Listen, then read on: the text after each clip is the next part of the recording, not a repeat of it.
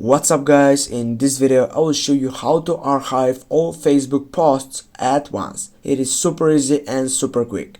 First of all, click on the three dots icon on your right upper side, then select for settings.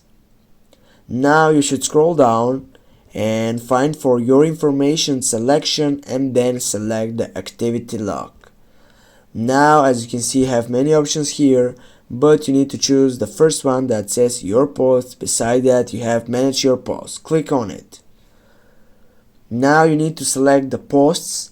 For example, as you know, on this video I need to show you how to archive all posts, and I will go on all tab, and for example, as you can see, now we have two options, for recycle bin or for archive. We'll go on archive. Now you need to wait for the loading, and now guys, as you can see, moving items to your archive has been made it on your profile account. Thanks guys for watching. Don't forget to hit that like and share the video. See you soon.